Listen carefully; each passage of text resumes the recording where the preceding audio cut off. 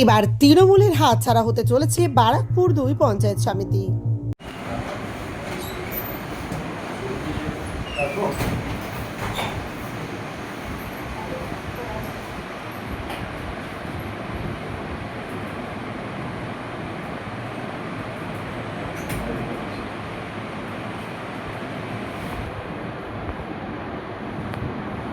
এবার তৃণমূলের হাতছাড়া হতে চলেছে বারাকপুর ২ পঞ্চায়েত সমিতি।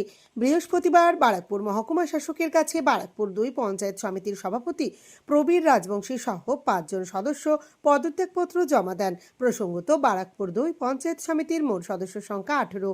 তার মধ্যে একজন আগেই পদত্যাগপত্র জমা দিয়েছেন। এদিন আরও ৫ জন সদস্য পদত্যাগপত্র জমা দেন। স্বভাবতই তৃণমূলের হাতছাড়া হতে চলেছে বারাকপুর ২ পঞ্চায়েত সমিতি।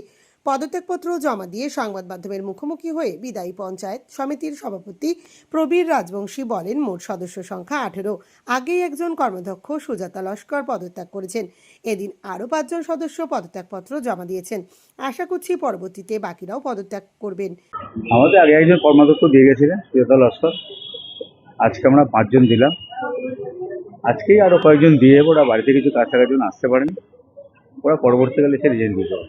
কতজন টোটাল আমাদের মেম্বার হচ্ছে ১৮ জন, ১২-১৩ জন হয়তো আজকে দিয়ে দেবে টোটাল। প্রবীরের কথায় ২০২৬ সালের বিধানসভা নির্বাচনে দলের বিপর্যয় হয়েছে, মানুষ তাদের প্রত্যাখ্যান করেছে, তাই তারা নৈতিক দায়িত্ব হিসাবে পদ থেকে অব্যাহতি নিলেন। না, কোনো কারণ নেই। ২০২৬-এর নির্বাচনে দলের বিপর্যয়, মানুষ আমাদের প্রত্যাখ্যান করেছে। স্বাভাবিক কারণে নৈতিক দায়িত্ব নিয়ে আমরা আমাদের পদ থেকে অব্যাহতি নিলাম। নতুন সরকার এসছে, তাদের প্রতি শুভেচ্ছা রইল, তারা কাজ করুক, কোনো সহযোগিতা চাইলে আমরা আছি। দলীয় নেতৃত্বের প্রতি একরাশ ক্ষোভ উগরে দিয়ে প্রবীর রাজবংশী বলেন, দলের উচ্চ নেতৃত্ব বলে আজ কিছুই নেই। নির্বাচনে ভরাডুবির পর পরিবারকে বিপদের মধ্যে ফেলে দিয়ে উচ্চ নেতৃত্ব পালিয়েছেন। দলের উচ্চ নেতৃত্ব বলে এখন আমাদের কিছু নেই। যারা সারা নির্বাচনে আমাদেরকে ব্যবহার করে দলের বিপর্যয়ের পরে সারা পরিবার নিয়ে আমরা বিপদে আমাদের আপনার চোখ থেকে জলগুলো নিয়ে আসছে, আপনি তো কাজের মানুষ। রাজনীতি তো ভয়, রাজনীতি মেনে নিতে হয়।